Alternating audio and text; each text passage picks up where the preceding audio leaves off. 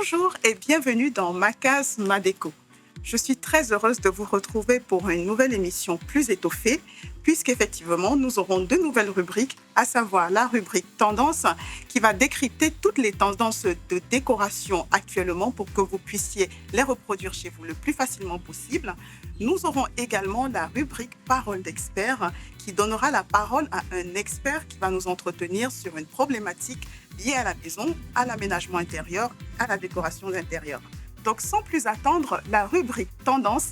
Aujourd'hui, je vous parle du design organique. C'est parti! Le design organique s'inscrit dans les grandes tendances déco depuis 2 ans, mais c'est loin d'être une nouveauté puisqu'il a inspiré quelques-uns des plus grands noms du design. Alors, qu'est-ce que le design organique et comment l'adopter? Je vous dis tout. Le design organique est caractérisé par une connexion totale entre la nature, l'objet et l'être humain. Plus qu'un simple courant décoratif, il s'apparente à une philosophie de vie. Il est basé sur l'existence, le ressenti et l'échange, et il obéit à un processus de création intuitif. C'est dans les années 30 que le design organique apparaît dans l'architecture par l'intermédiaire de Frank Lloyd Wright, architecte américain, et de sa création phare, la maison Fallingwater, parfaite intégration de la construction dans l'environnement naturel. Il faudra ensuite attendre les années 50 pour que les designers s'emparent de cette tendance et la transposent dans notre univers intérieur et quotidien.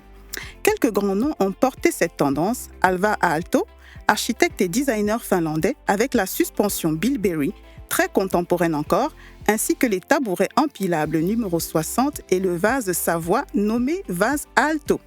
Arne Jacobsen, architecte et designer danois de renom, avec la drop chair. On craque pour le dossier en forme de goutte qui lui offre sa singularité. Les Américains Charles et Reims ne sont pas en reste et se sont emparés de ce courant pour s'inspirer, comme le démontre parfaitement la chaise, qui est devenue une véritable icône du design organique. Elle date de 1948, mais affiche encore un rendu très contemporain. Alors, comment adopter la déco organique chez vous? Les matières naturelles sont celles qui sont en phase avec ce courant, qu'elles soient végétales ou minérales. C'est ainsi que l'on retrouve le bois ou la pierre qui constituent en quelque sorte la base de cet univers. Des matériaux vivants en opposition à l'acier et au béton, considérés comme froids.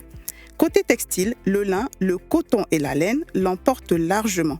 Ces matériaux durables offrent une connexion directe avec la nature et contribuent à un environnement sain et écologique. Les meubles sont en bois massif et le sol en pierre naturelle. Les fibres comme la jute, l'osier, le raffia ou le rotin sont également privilégiées dans ce style. Quelle couleur pour une déco organique réussie?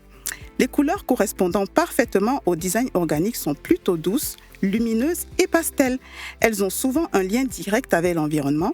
C'est pourquoi on privilégie les beiges, les sables, les écrus, les marrons ainsi que les verts, les bleus et le terracotta, l'ocre et toutes les teintes terreuses. Le mobilier, le point d'orgue de la déco organique. Les lignes du mobilier organique sont rondes, sinueuses ou en courbes douces. Les poufs en forme de galet, les tables basses aux courbes imparfaites et asymétriques donnent tout de suite le ton. D'une manière générale, évitez les angles vifs et les formes trop rectilignes. Les tables offrent une forme ronde ou ovale, que ce soit au niveau du plateau comme du piétement. Les chaises sont esthétiquement très agréables tout en mettant le confort à l'honneur. Votre pièce devient ainsi très accueillante et chaleureuse. Le style organique est épuré, mais pas froid. L'atout de cette tendance est qu'il s'accorde avec de nombreux autres styles.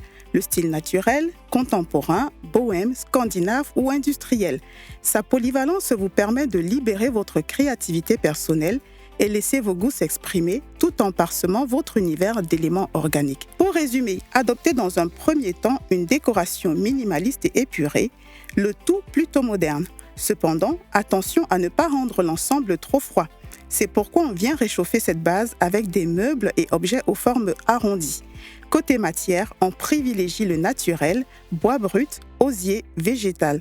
Pour les couleurs, on se dirige vers des teintes claires et lumineuses, à savoir qu'il est possible de combiner la tendance organique avec plusieurs autres styles de décoration. Quels que soient vos goûts, il est donc possible d'amener facilement le style organique dans votre intérieur. Vous avez remarqué, il fait de plus en plus chaud. Même au mois de mai, où on s'attend à avoir des températures clémentes, il fait excessivement chaud et les factures d'énergie ne cessent de grimper. Alors, à Macas Madeco, nous nous sommes demandé comment faire pour augmenter notre confort à la maison sans exploser nos factures d'électricité. Pour cela, l'architecte Kangou Baron nous reçoit dans ses bureaux et nous donnera d'excellents conseils pour concevoir une habitation bioclimatique, c'est-à-dire optimiser les apports naturels pour améliorer le confort dans son habitation en réduisant les consommations d'énergie. C'est parti! Voilà, nous sommes donc en compagnie de l'architecte Kangou Baron. Bonjour Karine. Bonjour Isabelle. Un très grand merci de nous recevoir aujourd'hui dans vos locaux. Avec plaisir. Donc comme je vous l'ai dit en introduction, Madame Kangou Baron aujourd'hui va vous donner des conseils, des astuces pour vous qui êtes en construction pour pouvoir réaliser une habitation bioclimatique. Donc, on a tous remarqué, il fait très chaud. Actuellement, il y a des gens qui sont en construction. Qu'est-ce que vous pouvez leur donner comme conseil pour réduire leur facture d'énergie? Merci Isabelle. Alors justement, il s'agit de parler de l'architecture bioclimatique. En fait, cette architecture bioclimatique, c'est celle qui va utiliser les ressources naturelles du terrain, c'est-à-dire ça peut être le climat, ça peut être le relief du site, en fait tout ce qui est environnement naturel du site pour justement créer un climat, une température agréable au sein du bâtiment, que ce soit une habitation ou des équipements. Donc c'est cette architecture qui va utiliser l'environnement naturel pour le mettre au profit de la construction.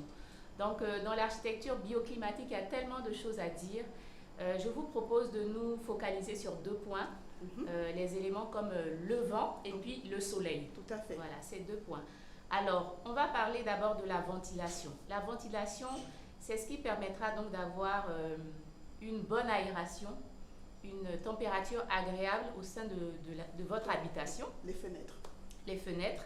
Donc, on pourra, à partir de fenêtres, à partir des ouvertures, que ce soit des portes, des fenêtres ou des baies vitrées, on va, au moment de la construction, s'assurer qu'il y a des ventilations traversantes. En fait, les ventilations traversantes, c'est-à-dire qu'on aura des ouvertures de part et d'autre d'une pièce, que ce soit une fenêtre ici, une baie vitrée là, et donc on aura une ventilation croisée, traversante, qui va permettre donc d'aérer la pièce en permanence. Alors, je vous interromps rapidement, et c'est vrai que moi j'habite dans un immeuble ancien, et on n'a pas besoin de mettre la clim parce que dès qu'on entre, c'est vrai que je suis un petit peu en hauteur et la plupart des gens, dès qu'ils arrivent, il y a un bon vent qui passe ici. Exactement. Et je pense que c'est des immeubles qui ont dû être conçus avec ces principes-là. Exactement. Oui. Ça permet donc de ventiler la pièce et effectivement, on n'a pas besoin de climatisation.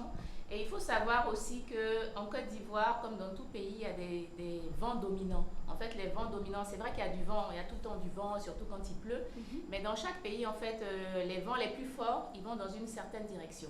Donc, pour le cas de la Côte d'Ivoire, les vents dominants, ils viennent donc du sud-ouest, vers le nord-est. Donc ça concerne ceux qui sont en train de construire. C'est bien de connaître l'orientation de votre bâtiment et pouvoir orienter les principales ouvertures, les ouvertures qui vont ventiler votre habitation.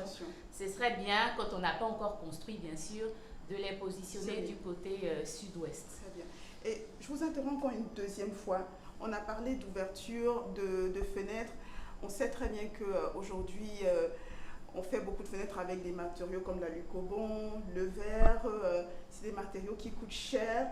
Est-ce qu'il y aurait d'autres alternatives à cela pour qu'on puisse faire? Parce que plus l'ouverture est grande, plus elle sera chère, bien évidemment. Donc, est-ce qu'il y aurait d'autres matériaux qu'on pourrait utiliser pour baisser la facture qui, à mon avis, fait que beaucoup de gens font des petites fenêtres chez eux? D'accord.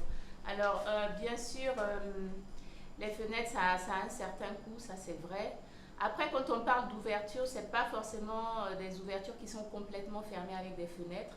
On peut avoir des ouvertures simples ou on peut avoir ce qu'on appelle des claustras, c'est-à-dire ce sont des ouvertures permanentes. D'accord.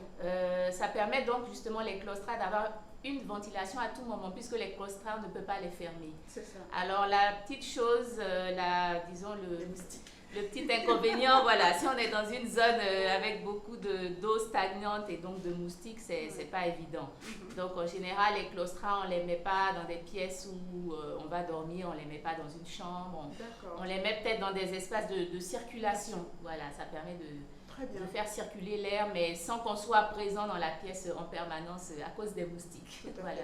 Eh bien, dis donc, on est gâtés aujourd'hui avec de très très bons conseils. J'espère que vous êtes aussi enthousiaste que moi à l'écoute de tous ces conseils. Donc, et je vous laisse continuer. D'accord, donc on parlait essentiellement de la ventilation. Il y a aussi la maîtrise du soleil. Le soleil, c'est un autre élément naturel. En Côte d'Ivoire, bon, on est très exposé au soleil, surtout sur la partie ouest des bâtiments. Donc déjà, il faut le savoir, hein, quand on n'a pas encore construit, bien sûr, sur les parties ouest, on peut avoir des ouvertures, mais à ce moment-là, il faut prévoir des protections solaires. La protection solaire, ça va être un peu comme une casquette. Hein, c'est un peu l'image de la casquette. Quand on marche sous le soleil, on a une casquette qui vous permet de voir devant, mais qui vous empêche de recevoir dans le visage les rayons solaires. Donc pour votre habitation, c'est la même chose. Vous pouvez avoir des ouvertures côté ouest, mais il faudra prévoir la petite casquette, c'est-à-dire un auvent, par exemple, un auvent en béton. Ça peut être aussi une terrasse couverte sur ce côté-là, de sorte en tout cas à ce que les rayons solaires directs ne rentrent pas dans la pièce. D'accord. Et je ne sais pas si c'est juste une croyance populaire, mais on a tendance des fois à se dire que le verre n'est pas un bon matériau dans des zones chaudes. Parce que peut-être ça concentre les rayons du soleil et du coup il fait plus chaud dans la pièce. Mais en même temps, on a besoin de luminosité. Bien sûr. Donc, qu'est-ce qu'il faudrait faire? Alors, en fait, justement, le verre, si, bien sûr, on a besoin de luminosité. Et c'est un point important dans l'architecture bioclimatique parce qu'il s'agit d'économiser la consommation d'énergie. Si vous avez une habitation qui est bien éclairée, logiquement, en pleine journée, vous n'avez pas besoin d'allumer des luminaires. Voilà, donc c'est important, au contraire, de faire entrer la lumière au maximum dans l'habitation ou dans le bâtiment qu'on construit. Mais bien sûr, il faut maîtriser ce matériau qu'est la lumière pour ne pas la faire entrer n'importe comment parce qu'il y a des endroits, comme je le dis, par exemple à l'ouest, quand la lumière rentre, elle est agressive, elle est forte. Donc on laisse rentrer, on met quand même des ouvertures, mais on prévoit des protections. Et puis il y a d'autres côtés où en revanche le soleil est moins fort, par exemple au nord, au sud. Pour le cas de la Côte d'Ivoire, je parle de la Côte d'Ivoire. Pour le cas de la Côte d'Ivoire, et le soleil du matin aussi, il est moins fort en principe, celui de l'Est, puisque le soleil il se lève à l'Est partout dans le monde, donc en Côte d'Ivoire, il se lève à l'Est aussi. Et donc ce soleil aussi, il est moins fort. Celui qui est plus fort, c'est celui de l'Ouest, qui commence donc à frapper ses rayons solaires à partir de midi jusqu'à 17h. Voilà. Donc vous pouvez vous amuser chez vous si vous avez une boussole, de vous balader dans les pièces et voir l'orientation de votre maison. Déjà, ça va vous donner quelques indices pour savoir si votre habitation est conçue, elle est bioclimatique, si elle est conçue vraiment pour favoriser la fraîcheur à l'intérieur. C'est ça. Et puis, bon, un dernier conseil aussi, toujours dans l'utilisation des volumes du bâtiment pour créer une température confortable, il s'agit de la hauteur sous plafond parce que dans la construction, dans le bâtiment, il y a bien sûr une différence entre l'air chaud et l'air froid.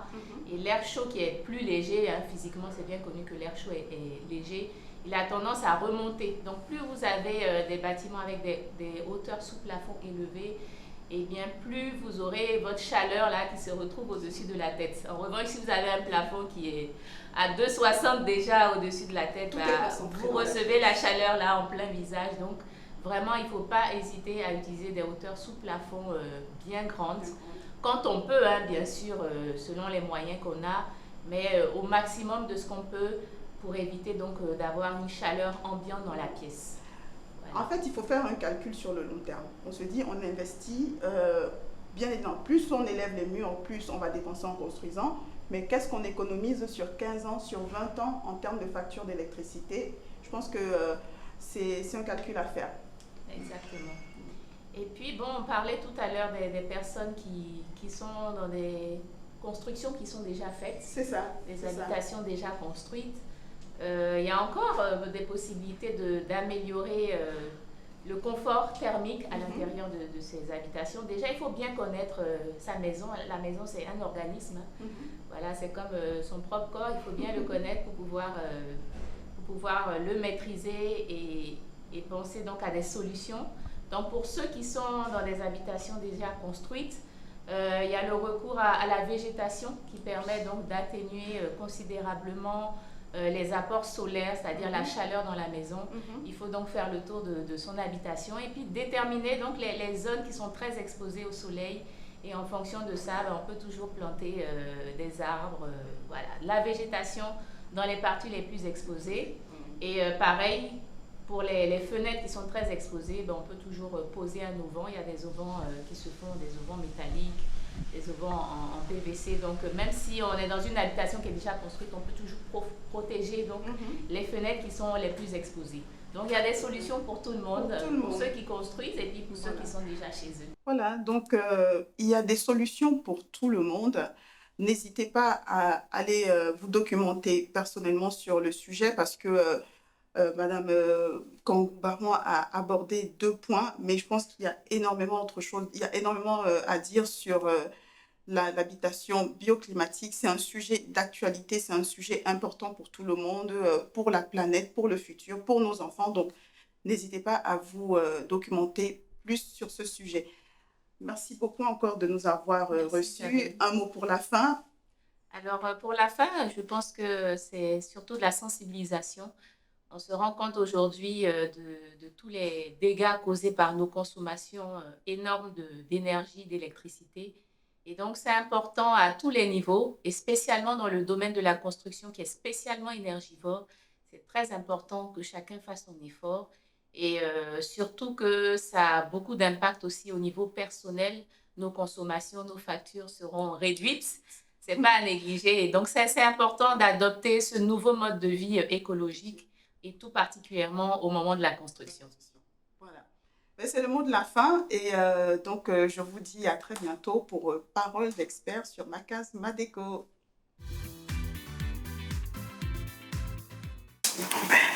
Bonjour et bienvenue dans la visite Ma Case, Ma Déco. Aujourd'hui, je vous emmène visiter un magnifique appartement en plein cœur d'Abidjan. Suivez-moi, on va commencer par l'entrée. En entrant dans l'appartement, on est accueilli par ces 2 grandes toiles de style organique, pour ceux qui ont bien suivi la rubrique décryptage, qui donne tout de suite le ton de la décoration de l'appartement. Assurément, nous sommes chez quelqu'un qui a beaucoup de goût.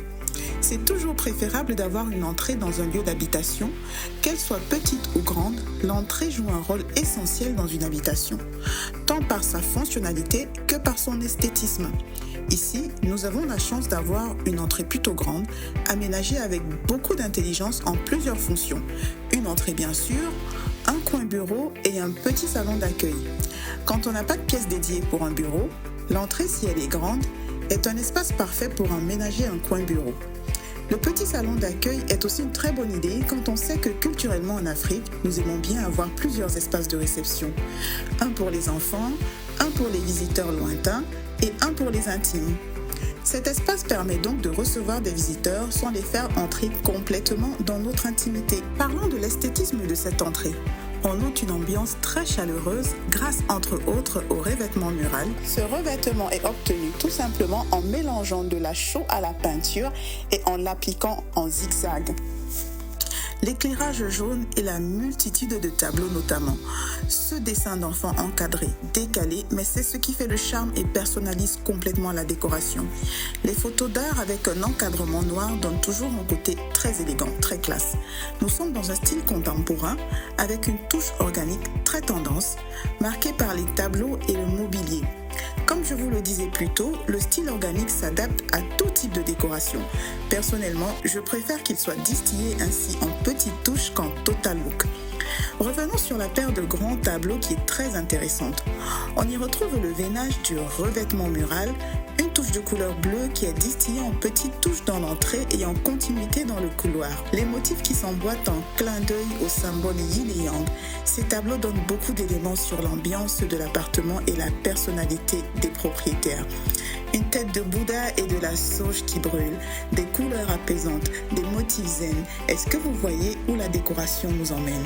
L'élégant fauteuil s'associe bien à la table basse organique qui a été customisée. Une des particularités de cet appartement est que tout le mobilier a été acheté à Abidjan. La table vient de M-Outlet, le revendeur de maisons du monde. Une patine a été appliquée sur la table, ce qui lui donne beaucoup de caractère. Une technique qui sera beaucoup utilisée dans le mobilier de cet appartement. Un autre clin d'œil enfantin dans le couloir de distribution avec ce Snoopy bleu complètement inattendu, caractéristique du style pop art. Oser les couleurs vives, se jouer des formes extravagantes, surprenantes, mais très savamment dosées ici, juste la touche qu'il faut pour que le couloir, pièce de passage souvent à la décoration négligée, ne soit pas ennuyeuse. Sur ce, je vous invite à passer à la pièce principale. Et je suis sûre que vous trépignez d'impatience de voir ce qui se cache derrière cette porte. Allons-y. Waouh! Donc ça y est, nous sommes dans l'appartement. Et je pense que la première des choses que vous avez dû remarquer qui vous a frappé, c'est que c'est un appartement qui reflète la zénitude. On s'y sent bien dès qu'on entre. Cela est certainement dû au fait du choix des couleurs, du choix des matériaux, du choix des textures. Il y a énormément de textures. C'est vrai que c'est des teintes qu'on voit beaucoup maintenant, le beige, le gris taupe, le gris. Mais ici, ça a été fait avec beaucoup de goût, beaucoup de recherche. Et justement, nous allons vous expliquer tout au long de l'émission comment réussir ces associations pour avoir une décoration personnalisée. L'ambiance chaleureuse et zen, dégagée dès l'entrée, se poursuit dans la grande pièce de vie avec un fil conducteur, des couleurs neutres et apaisantes, beige, gris taupe, blanc. Première astuce intelligente que nous remarquons, la pièce a été structurée avec un claustrat qui permet une séparation subtile entre le séjour et la salle à manger. Oui, aux grands espaces de vie, mais à condition qu'ils soient bien aménagés. Le mix de différents styles de décoration n'a aucun secret pour le propriétaire de cet appartement. Un savant mix entre campagne chic et contemporain avec des touches industrielles et organiques. Alors, je vais vous faire la visite de la salle à manger.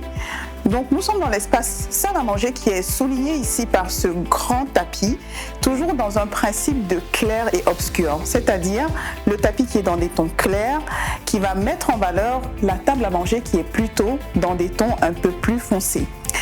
Nous avons également de très belles chaises médaillons style Louis XVI qui ont été retravaillées parce qu'elles n'étaient pas dans cet état quand elles ont été achetées, avec un très beau revêtement en lin, toujours dans ces tonalités de beige, de gris taupe, très apaisantes, très relaxantes. Et vous remarquerez les motifs sur le tapis qui sont dans un style organique qu'on a vu en début d'émission. Le tapis dans un style organique qui reprend les codes du style organique qu'on a vu dans les tableaux à l'entrée. Donc c'est une façon de faire des clins d'œil comme ça dans votre déco sans faire le rappel excessif avec tout, sans faire un matchmaking partout. Il faut faire des petits clins d'œil comme ça dans la déco pour faire des petits rappels. Donc on poursuit la visite de la salle à manger avec ce grand miroir donc, qui a été acheté dans la même enseigne et qui a été recustomisé également. Donc on a appliqué une patine qui va lui donner cet effet ancien, cet effet authentique. On a l'impression que le miroir a vécu des années avant, qu'il a eu 1000 propriétaires, alors que non, il a juste été patiné. Et donc c'est une technique de peinture qui est très intéressante parce qu'elle permet vraiment de donner de la personnalité à votre mobilier. Il en est de même pour ce beau buffet qui est d'inspiration un petit peu thaïlandaise. Donc c'est vraiment ce que j'aime dans cet appartement. C'est un très beau match, c'est un très beau mix de différents styles, de différentes inspirations. Et ce qui fait qu'on n'a pas une décoration qui est ennuyeuse à la fin. On a une décoration qui est vraiment personnalisée. Et même si on reste dans quelque chose d'assez simple, mais qui est très élégant, c'est une décoration qui est unique, qu'on ne retrouvera pas partout. Suite de la visite dans la salle à manger avec ce très beau tableau qui reprend des poissons comme un tourbillon de poissons. C'est toujours dans cet effet zen, apaisant. Voilà. Il suffit juste de se concentrer sur le tableau et notre esprit se perd. On a l'impression de voir la mer, de voir des poissons qui tourbillonnent dans la mer. C'est un très très joli tableau. Côté séjour, le mobilier n'échappe pas au mix and match de style avec un canapé en cuir qui irait très bien dans une déco de style industriel et un autre canapé qui irait parfaitement dans une décoration de style charme, romantique, campagne. Astuce emménagement. Quand vous avez un grand séjour, comme c'est le cas ici, n'hésitez pas à installer 2 canapés pour meubler l'espace. Un grand espace vide, ce n'est pas du minimalisme, c'est une pièce mal aménagée et décorée. Impossible de finir la visite de cet appartement sans parler des superbes menuiseries faites localement, le meuble TV et la table basse, contemporaines et organiques avec leur forme arrondie. Les arrondis se retrouvent également dans les objets de décoration, comme cette sculpture représentant Sisyphe, ce héros grec condamné à pousser un rocher le long d'une montagne. Une allégorie à l'effort continu que les propriétaires de l'appartement tiennent à mettre en valeur. Voilà, nous sommes arrivés au terme de cette visite déco et de notre émission Ma Case, Ma Déco. J'espère que vous avez apprécié passer ce moment en notre compagnie. Pour ma part, j'ai trouvé cet appartement absolument magnifique.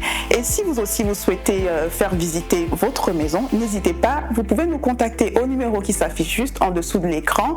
Et petite nouveauté, donc vous avez dû remarquer, je suis seule à présenter la visite déco, mais si vous souhaitez apparaître à l'écran et faire la visite, nous présenter votre maison, ce sera aussi avec un grand plaisir. Voilà, je vous souhaite, je vous dis à très bientôt pour une autre émission Ma Case, Ma Déco. Bye bye.